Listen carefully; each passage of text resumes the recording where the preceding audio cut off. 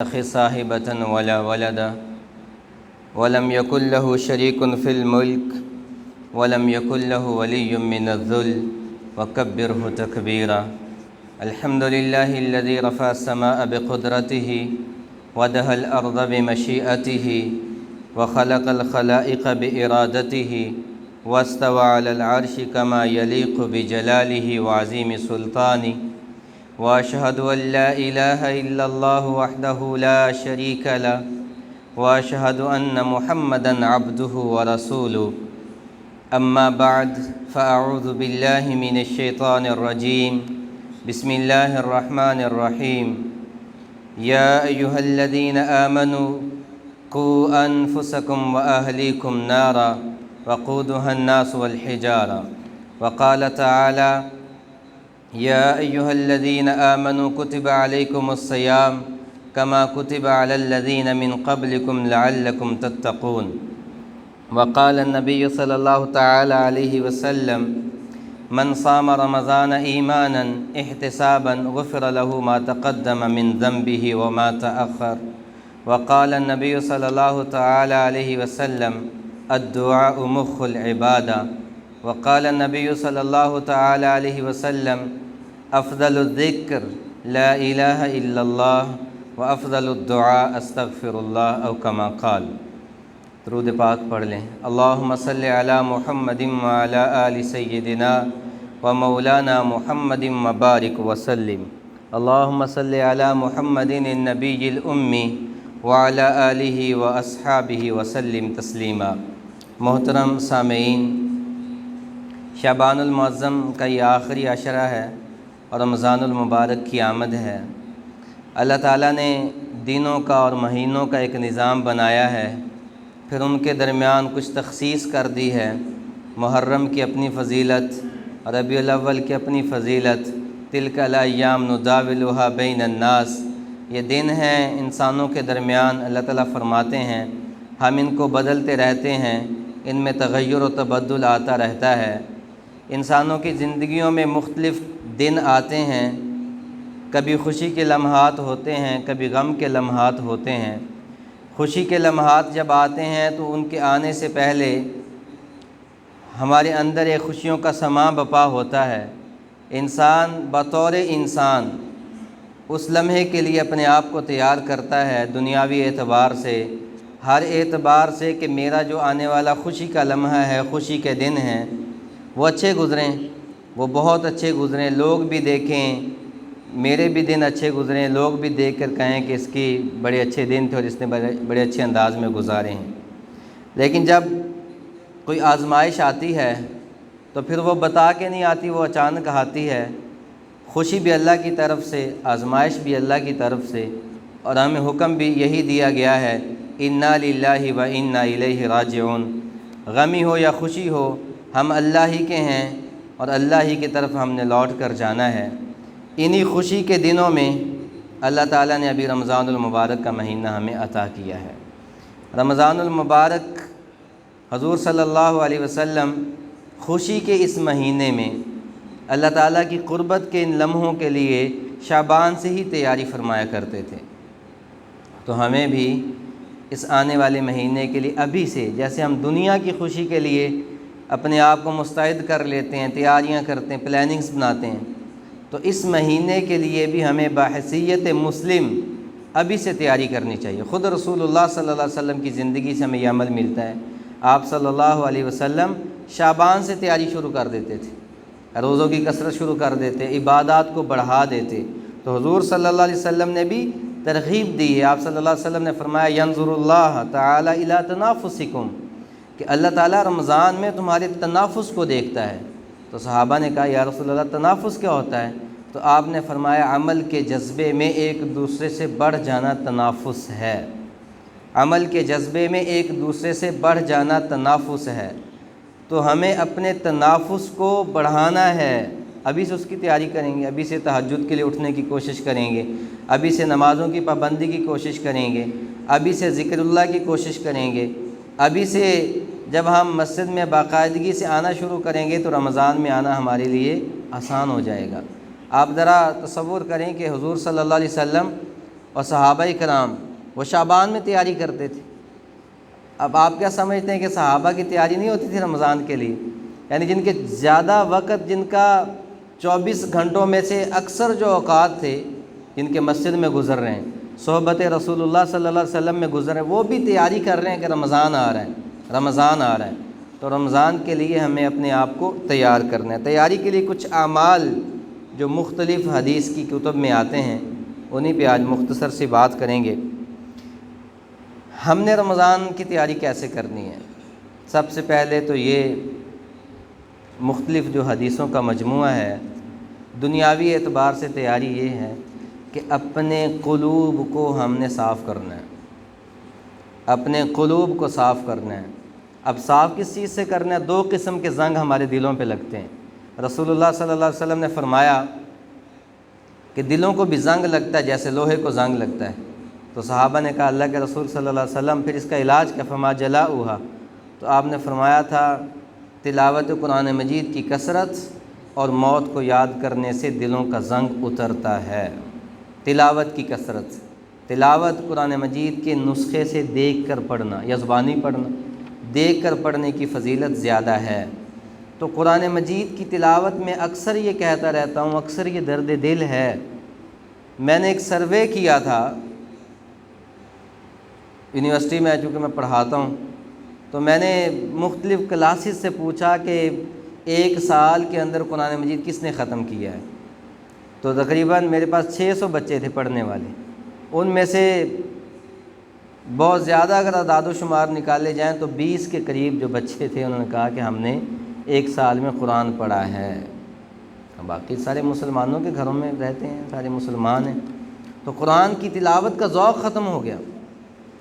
ہمیں اور بہت زیادہ مصروفیات ہیں۔ مساجد میں تلاوت ہوتی تھی پہلے، وہ نہیں ہوتی، بچے نہیں کرتے کیونکہ گھروں میں والدین نہیں کرتے۔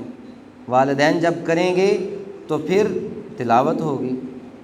دینی اعتبار سے یہ کہ اپنے دل کو صاف کرنا ہے، کس سے کرنا ہے؟ موت کی کثرت سے اور تلاوت قرآن مجید سے۔ اور دنیاوی اعتبار سے یہ اپنے دل کو صاف کرنا، حدیث میں آتا ہے کہ آپ کے دل میں اگر کسی کے لیے ناراضگی ہے، غصہ ہے، کسی کے ساتھ قطع تعلقی، تو اس کو ختم کرنا ہے۔ موسیٰ علیہ السلام ایک دفعہ بیٹھے ہوئے تھے تو ان کے پاس ایک بندہ آیا، اس نے کہا میرے لیے آپ دعا کریں۔ ایسے ہی موسیٰ علیہ السلام کی حواریین کی مجلس تھی، اور موسیٰ علیہ السلام فرمانے لگے کہ میرے پاس اب ایک صاحب آئے ہیں، انہوں نے دعا کے لیے کہا ہے، اور میں آپ میں سے کہتا ہوں اگر کسی کے دل میں کسی کے لیے بغض یا قطع تعلقی ہے تو وہ اس محفل سے اٹھ کے چلا جائے، پھر میں دعا کروں گا۔ کیوں کہ اگر میں نے دعا کر دی اور مجلس کے اندر، اس محفل کے اندر ایسے بندے ہوئے کہ جس نے لوگوں کے ساتھ تعلق کو توڑا ہوا ہے، تو پھر یاد رکھیں کہ دعا قبول نہیں ہوگی۔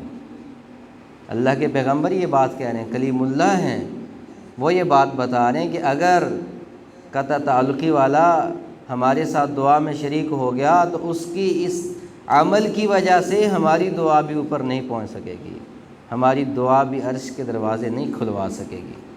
تو رمضان کے حوالے سے ایک تو یہ کوشش ہمیں کرنی ہے انشاءاللہ کہ اپنے دل کو دوسروں کے لیے صاف کریں۔ صاف کرنے سے مراد یہ ہے، اب بہت میں نے ایک جمعہ پہ یہ بات کی تھی، اس دفعہ تو نہیں ہوا، اکثر شب برات آتی تو میسج آنے شروع ہو جاتے ہیں کہ یہ مجھ سے کوئی غلطی ہوئی تو معاف کر دیں۔ اس دفعہ تو بہت کم آئے ہیں۔ تو میں نے جمعہ پہ یہ کہا تھا کہ آپ ایسے پبلکلی میسج نہ بھیجیں، جس کو آپ نے راز کیا ہر بندہ بخوبی جانتا ہے کہ میرے ساتھ کس کی کتنی بنی ہوئی ہے، آپ اس کے دروازے پہ نہیں جا سکتے شرمندگی کی وجہ سے، تو اس کو ایک میسج بھیج دیں۔ اچھا، میسج کی بھی دیکھیں اللہ نے کتنی سہولت کر دی کہ آپ اپنی آواز کی ریکارڈنگ بھیج سکتے ہیں۔ آپ اپنی آواز میں بھیج دیں کہ مجھے لگتا ہے میرے فلاں عمل سے، فلاں بات سے آپ ناراض ہیں، تو میں آپ سے معافی چاہتا ہوں، آپ مجھے معاف کر دیں۔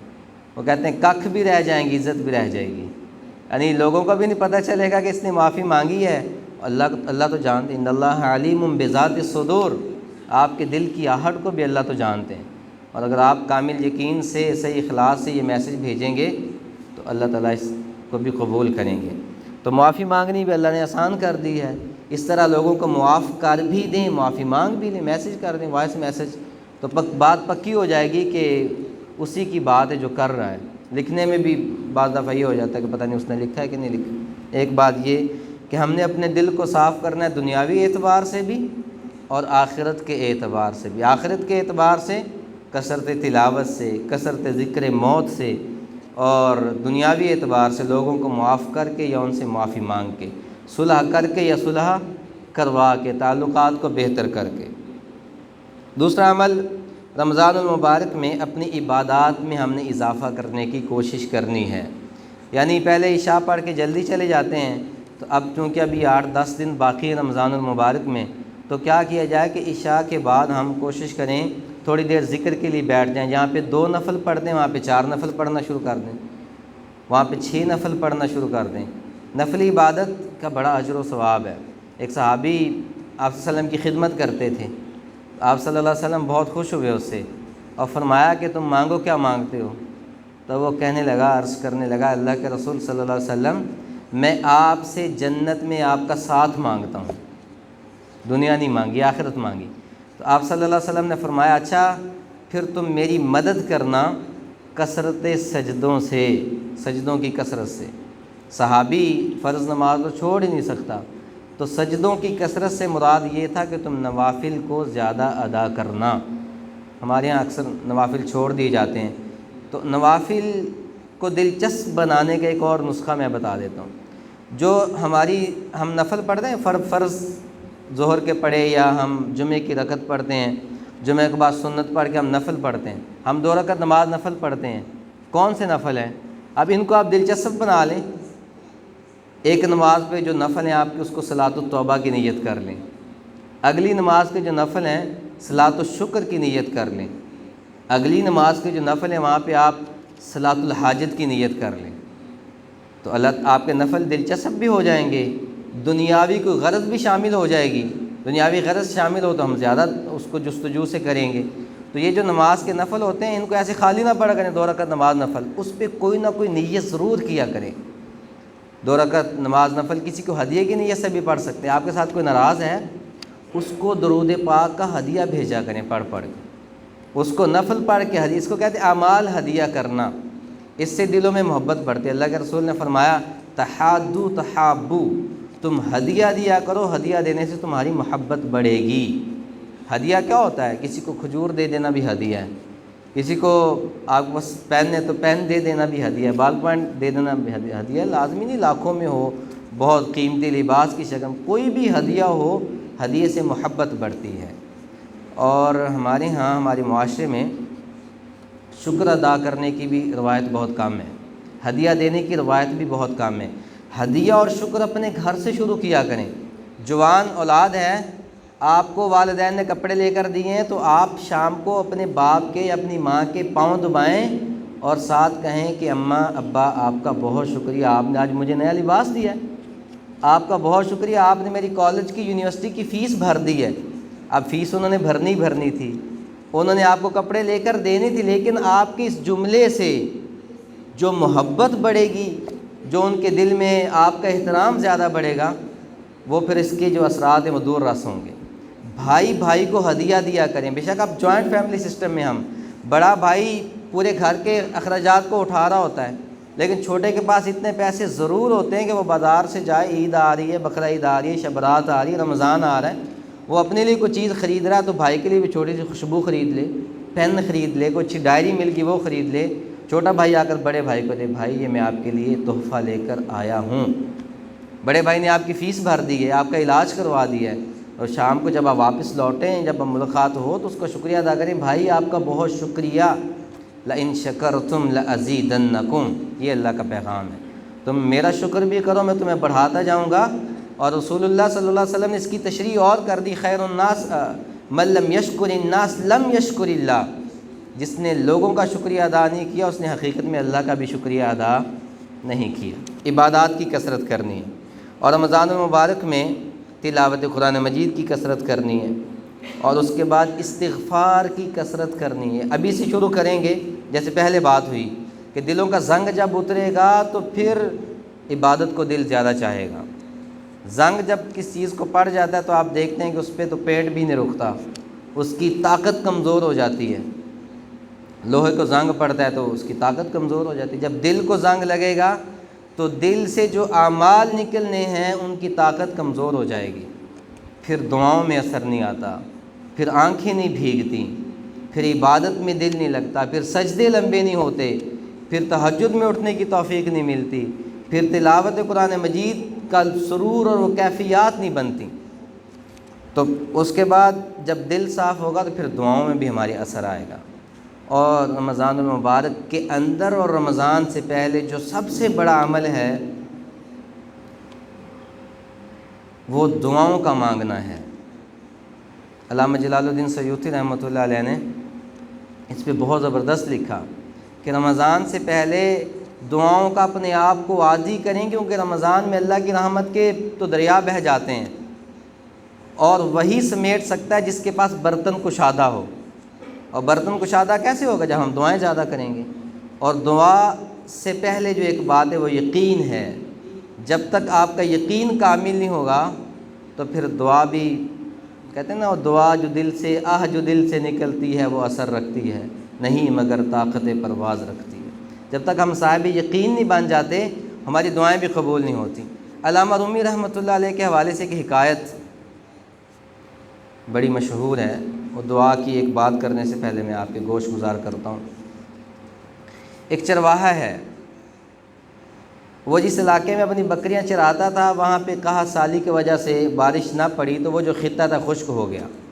اب اسے چند بکریاں جو تھی اس کو چرانے کے لیے ندی کے پار ایک علاقہ وہاں پہ جانا پڑتا ہے، اور جب وہ اپنی چند بکریاں لے کر جاتا ہے تو رستے میں ندی پار کرنے کے لیے اس کو ایک کشتی سے گزرنا پڑتا ہے۔ کشتی والا ایک آنے یا دو آنے یا آدھا درہم وہ سے کرایہ وصول کرتا ہے۔ وہ ایک دن جاتا ہے، بکریاں سیر کر کے واپس لے آتا ہے، اس کی بکریاں بڑھنے لگتی ہیں، پھولنے لگتی ہیں، لیکن روز آنے جانے کی مشقت اور مشقت سے بڑھ کے وہ جو کرائے کا ایک یا دو آنے دینے پڑتے ہیں ایک مزدور کے لیے، بڑا وہ ایک چیلنج تھا۔ وہ اپنے علاقے کے، اپنے گاؤں کے یا اپنے قبیلے کے مختلف لوگوں سے پوچھتا ہے کہ مجھے کوئی آپ رائے دیں کہ میں اس دو آنے کرائے سے کیسے بچوں۔ لوگوں سے بتاتے ہیں کہ اپنی مسجد کے امام سے پوچھو۔ وہ امام صاحب کے پاس آ کر کہتا ہے کہ آپ مجھے اس کا حل بتائیں کہ میں کیسے کرائے سے بچ سکتا ہوں۔ امام کیا حل بتائے؟ یا تو اسے کشتی دے دیتا ہے امام صاحب، یا کشتی والے سے کہتا کہ آپ اس سے کرایہ نہ لیا کریں۔ تو وہ دیہاتی آدمی تھا، سیدھا چرواہا، وہ کہہ رہا نہیں امام صاحب، مجھے لوگوں نے کہا ہے کہ آپ ہی حل بتا سکتے ہیں۔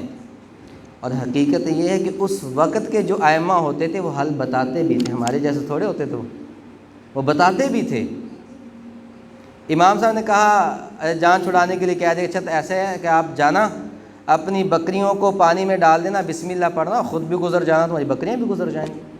وہ صاحب یقین تھا، وہ گیا، اگلے دن اس نے بکری کے پیٹھ پہ مارا ہاتھ اور کہا چل بسم اللہ الرحمن الرحیم، خود بھی ندی سے گزر رہا ہے، اس کی بکریاں بھی ندی سے گزر رہی ہیں۔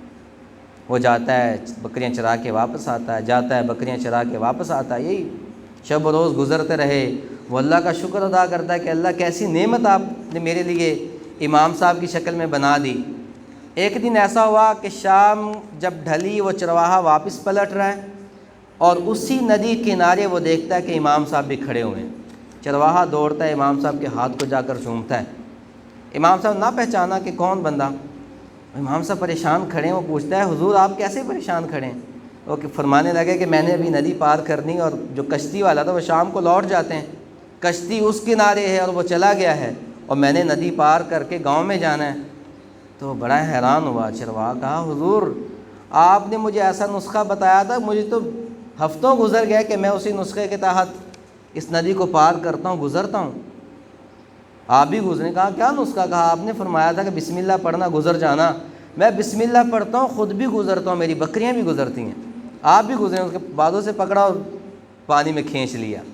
جب تھوڑا سا پانی گہرا ہوا وہاں پہ گیا اور امام صاحب کے پاؤں سے ریت نکلنے لگی، ان کے پاؤں لڑکھڑائے، ڈوبنے لگے، تو چیخ ماری کہ میں ڈوب رہا ہوں، مجھے بچاؤ۔ وہ چرواہے نے امام صاحب کو کندھے پہ اٹھایا اور کنارے پار جب چھوڑا تو کہا کہ آپ کا تو بتایا ہوا نسخہ تھا، آپ نے تو مجھے اس رستے پہ لگایا تھا، اور میں اسی دن سے گزرا ہوں اور آج آپ خود ڈوب رہے ہیں۔ تو وہ کہتے ہیں کہ تیرے والا یقین میرے پاس نہیں تھا۔ جو ہو ذوق یقین پیدا تو کٹ جاتی ہیں زنجیریں، اقبال بڑا اپدیشک ہے، من باتوں میں موہ لیتا ہے، گفتار کا غازی بن تو گیا کردار کا غازی بن نہ سکا۔ ہمیں اب پہلے صاحب یقین ہونا پڑے گا کہ ہم کس سے مانگ رہے ہیں، کس کے سامنے کھڑے ہیں، کس کے آگے ہم اپنی جستجو کو پیش کر رہے ہیں۔